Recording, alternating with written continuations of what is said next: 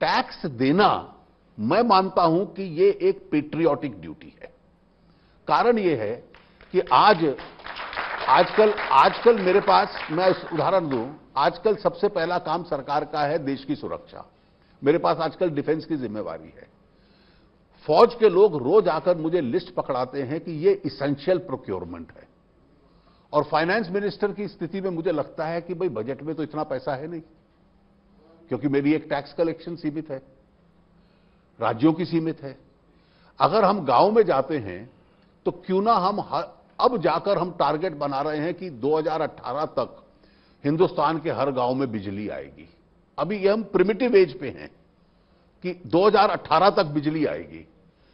अभी तक हम सपना देख रहे हैं कि गांव के घर में भी एक शौचालय टॉयलेट हो जाए। अभी तक उनके ओपन ड्रेन्स हैं। हेल्थ केयर, हर व्यक्ति बजट के बाद कहता है कि हेल्थ केयर और एजुकेशन पे ज्यादा खर्च करो। तो ये साधन देश के लिए चाहिए, देश के आम आदमी के लिए चाहिए। ये कहां से आएंगे?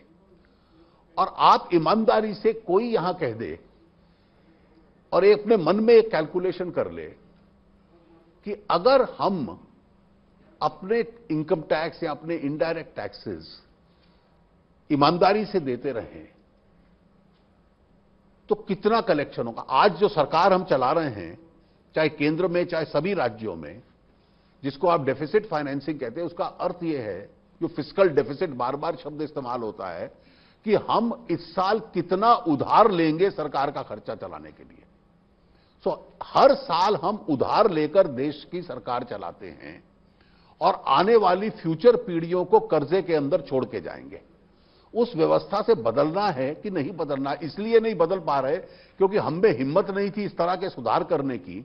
और हमने कहा कि जो व्यवस्था चली जा रही है कि इनएफिशिएंसी थी, और इनएफिशिएंसी क्या थी कि हमने एक सिस्टम ऐसा बनाया जिसमें आम टैक्स पेयर की हैरेसमेंट हो, मल्टीपल टैक्सेस हो, टैक्स पे टैक्स हो, कीमत उसकी ज्यादा हो, फिजिकल इंटरफेस हो, उसमें करप्शन हो, उसमें बेईमानी हो, और फिर टैक्स देने वाला भी कहे कि भाई इस सिरदर्द में क्यों पड़ना है, इससे बेहतर तो छुपाई लो, मत जाओ, रिस्क ले लो।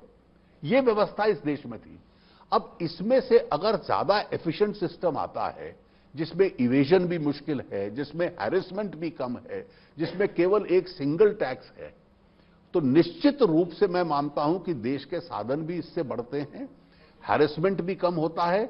और जब आपके हाथ में ज्यादा राजस्व आता है तो देश की सेवा करने में, देश का एक वर्ल्ड क्लास, यही मैं उदाहरण सिर्फ आपको सरल दूं, अगर ये देश अगले 10 सालों तक केवल 3 चीजों पे, डिफेंस पे, यानी डिफेंस की जो आवश्यकताएं हैं, ग्रामीण क्षेत्रों पे, उनकी हाइजीन, उनकी क्वालिटी, और तीसरा फिजिकल इंफ्रास्ट्रक्चर और सोशल इंफ्रास्ट्रक्चर क्रिएट करने में, इन 3 चीजों पे आप 1-1 लाख करोड़ रुपया जितना खर्चते हैं उससे एक्स्ट्रा करना शुरू कर दें तो देश की तस्वीर आप बदल सकते हैं। अगले 10 साल में आप 30 लाख करोड़ रुपया इसेंशियल चीजों में डाल देंगे, और वो साधन कहां से आएंगे? उधार लेकर आएंगे क्या?